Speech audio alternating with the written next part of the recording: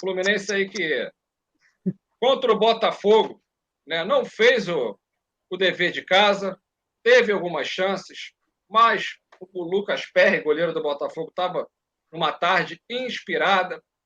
E teve o grande lance que a gente vai repercutir aqui ainda, né, que é a grande dúvida, eu acho que não só da torcida tricolor, mas de todos os amantes do futebol. O Fluminense tem no Cano não, Ganso, na verdade, que é batedor de pênalti oficial do clube, do time, bateu os últimos 5 pênaltis, fez os 5 pênaltis.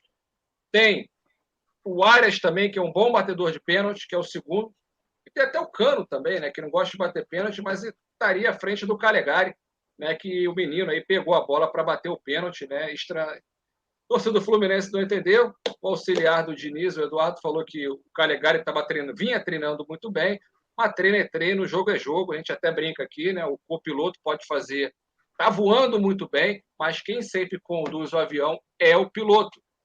O Cris, o que aconteceu no seu modo de ver no jogo e principalmente aí na batida de pênalti aí, pô, menino Calegari aí, que até vinha atuando muito bem nos últimos jogos, entrou no fogo, né, digamos aí, digam os mais antigos. O Baeta, pessoal, olha só, primeira coisa, eu acho equivocado a gente colocar no, como responsável do resultado o pênalti perdido pelo Calegari. Tá? O Fluminense joga fora 45 minutos de jogo, era o franco favorito, hoje é um time mais pronto do que o Botafogo, melhor tecnicamente, o Botafogo de novo tentando aí, né, encaixar as suas peças, sabíamos que ia enfrentar um Botafogo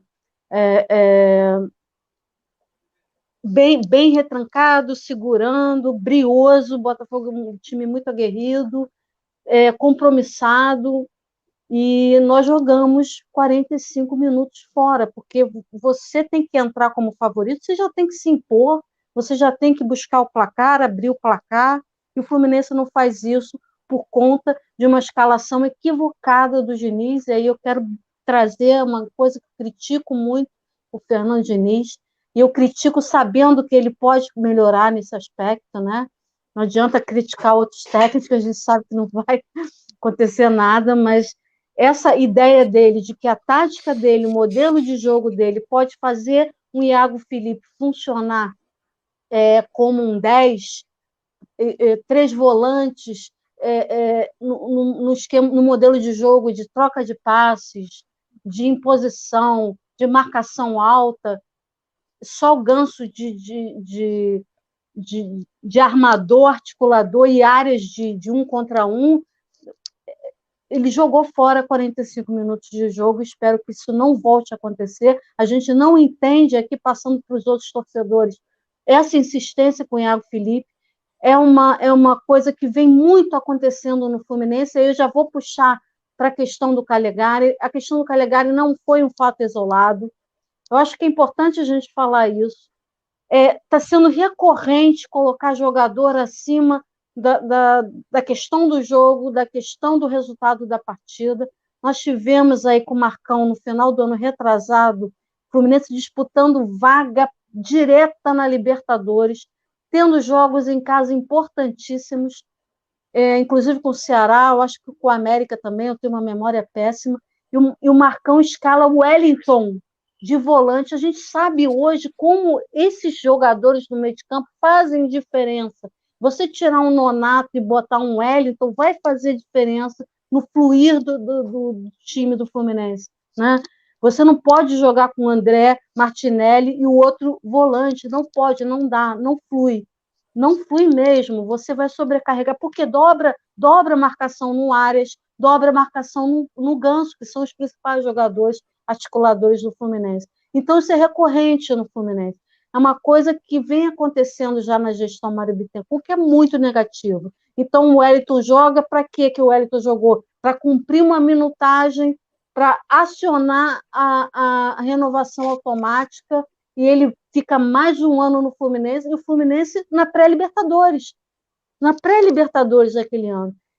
Depois presidente que fala que está tudo bem, contrata um monte de jogador refúgio de Palmeiras, paga 1 milhão em janeiro está tudo bem, o balanço está ótimo, e em março, numa Libertadores, anuncia a venda, aliás, vazaram, né, a venda do Luiz Henrique, do seu principal destaque, ele disse que não tinha dinheiro nem para fretar voo. Quer dizer, é um problema que é recorrente, não foi uma coisa assim, eu não quero, estou falando isso, porque eu não quero que, se alguém vier a público ainda no Fluminense para explicar o que aconteceu, e a resolução dessa questão, essa quebra de hierarquia, não vende blá blá blá, porque uma questão não foi algo só uma decisão de campo, é algo recorrente do Fluminense, o jogador se posicionar acima do clube. Quem fez isso, na minha opinião? O movimento ali, o que tinha acontecido? O Ganso é o batedor oficial, isso vem do vestiário, ordem de treinador. O segundo é o Arias e o terceiro o Cano. Foi isso que foi noticiado, assim, para o pessoal saber mais ou menos o que aconteceu, que está tendo uma repercussão tamanha, né?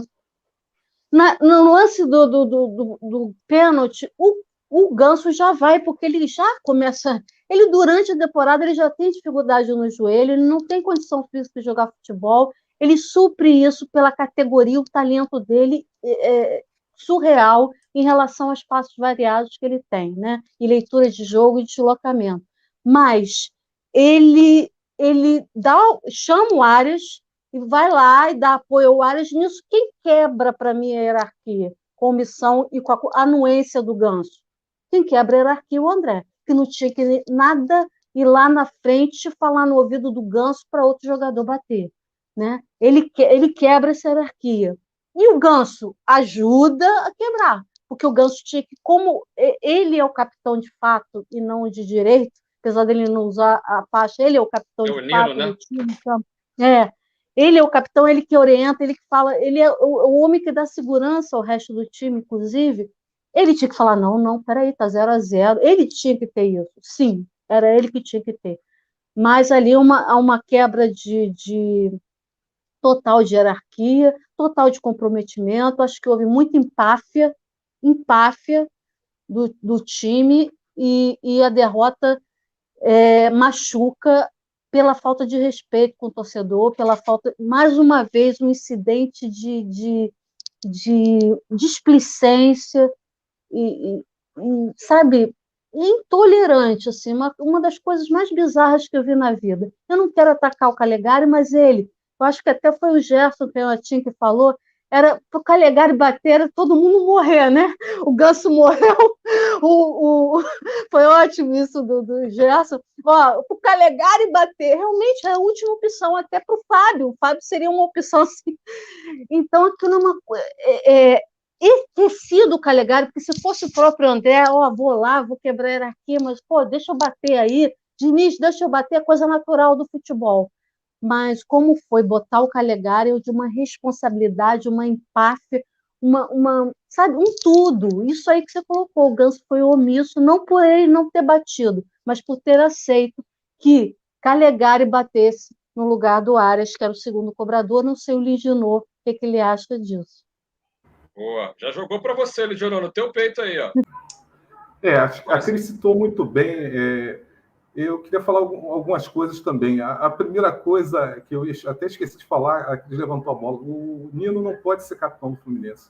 O Nino é aquele rapaz bom, é aquele garoto legal pra caramba, é aquele cara que todo pai queria que fosse marido da filha dele. É um bom sujeito, eu sei que ele é casado, mas é um bom garoto, não dá para ser capitão. O capitão é que te matou a charada. Capitão Ganso é o cara que tem peso, tem que ser o capitão do time, de fato. Quer dizer, agora, voltando... professor, para ser capitão tem que trair a mulher, é isso mesmo? É? Não, para ser capitão tem que ser cascudo, tem que ser pistoleiro, cara. É aquele jogador que tem peso, que o árbitro é o Fred, é o jogador que o árbitro respeita. No caso do Flamengo é o Gabigol, no Vasco eu não sei quem é, o Vasco contratou 10 jogadores. É o Nenê, né? Acho que é o Nenê que bate pênalti. É o Nenê, até pela idade, pelo peso, é o Nenê, enfim. Mas, voltando ao jogo, para mim, a gente tem que falar do mérito do adversário. Acho que tem derrotas que doem, essa doeu bastante, mas tem derrotas que são didáticas. E essa foi profundamente didática, por quê? Porque o Fluminense vai disputar Libertadores. E o Fluminense vai ter jogos parecidos com o jogo. O Botafogo foi muito disciplinado taticamente. O time do Botafogo jogou fechadinho, contra-ataque armado, pela bola parada, pela bola longa, e ganhou o jogo com uma bola longa. Enfim, o Fluminense vai pegar times melhores que o Botafogo, com todo respeito ao Botafogo. Para mim, vai ser um time que vai ficar no meio da tabela, não vai passar susto Brasileirão. Se contratar uns 2 ou 3 aí, faz um campeonato mais legal. Mas para esse time ficar no meio da tabela do Brasileirão. Agora, o Fluminense desrespeitou o Botafogo. O soberbo Fluminense, para mim, é o seguinte: vou chegar na questão Calegari, mas o problema do Fluminense é um problema fora de campo, é falta de comando. Eu não entendo um clube de futebol dar 50, com todo respeito aos trabalhadores, 50 dias de férias. Talvez a inveja da justiça brasileira, que dá 2 meses, 60 dias, 50 dias de férias. Quer dizer, 20 dias, 30, o trabalhador brasileiro, pela CLT, que querem acabar com a CLT, sei lá, mas pela legislação atual são 30 dias de férias. 50 dias de férias, isso é comando. Bom, dá para entender. Contratações do Fluminense. Fluminense, há 4 anos, 3 anos de gestão Mário, entrando no 4º ano da gestão do Mário, o Fluminense, a sua principal carência do elenco é a lateral esquerda. O Fluminense contratou Ourinho, Egídio, Danilo Barcelos e outras barangas dessa estirpe. Contratou o Jorge. Agora o Jorge, todo mundo sabe, quem não sabe eu digo, o Jorge é um jogador agenciado por notório Eduardo Duran. Me desespera quando eu escuto esse nome. Enfim, tomara que o Jorge seja o jogador do início da carreira dele no Flamengo, que era um baita jogador, mas parece que desaprendeu. O Fluminense, ele foi soberbo. O Fluminense desse ano de início de temporada, que poderia estar com 20 dias a mais de pré-temporada, o Fluminense é um time que manteve, o modelo de jogo está mantido. Agora o Fluminense hoje, ele é lento, ele é disperso, é um time que faz marcação alta, não pode tomar o gol que tomou, principalmente o gol contra o Boa Vista. O time está com 1 a mais. No final do jogo, o time toma um gol de tiro de meta. 1 a mais. O time toma um gol de tiro de meta. E o gol do Botafogo foi muito parecido. Foi um gol de toque rápido do Tietchan. As únicas jogadas que o Botafogo poderia fazer gol no Fluminense. Bola parada, escanteio, falta, pênalti. Era uma avenida ao lado do Samuel Xavier, né? Samuel Xavier é uma avenida, o professor Laranjeira. Exatamente. E quase ampliou o Botafogo no final com o Carlos Alberto. O Fábio fez uma defesa de roxo. Mesma jogada. Verdade. Mesma jogada. Uma jogada igual o Fluminense quase tomou o segundo gol. Agora a questão do Calegari, mas antes do Calegari é a questão do comando. O Fluminense tem o Cano está muito mal. Para mim, o único jogador que mantém o padrão do ano passado é um cara chamado John Arias. Tomara que fique muito tempo no Fluminense, não sei se vai ficar. Para mim, hoje é um dos 3 ou 5 melhores jogadores de futebol brasileiro. Minha atividade tranquilamente. Está jogando demais esse colombiano. Ganso oscilando, Cano muito mal, time muito mal. A zaga muito lenta, a zaga realmente é desesperador no mano a mano. Enfim, Samuel Xavier é uma avenida, lateral esquerda não temos. E a questão central é isso. Cano está mal. Quem é a reserva do Cano hoje? Temos 2. O William Bigode, para mim, um ex-jogador em atividade. E o Alan, que, infelizmente, estou começando a achar que também é um ex-jogador em atividade. Agora, a gente tinha o John Kennedy. O John Kennedy não tem cabeça, o garoto é maluco, coisa e tal. Legal, mandaram para o Ferroviário, o moleque está arrebentando. Tomara que volte com uma cabeça diferente. Agora, tem outro que tem uma cabeça bacana, que é o Luan Brito. Luan Brito, em 2021, a diretoria fez o contrato até 2025, multa de 50 milhões de euros. E, de repente, estranhamente, se empresta o garoto de graça para o Porto B, com passe fixado em 4 milhões e meio de EPD, 10 vezes menos. É questão comando. Agora chega no Calegari.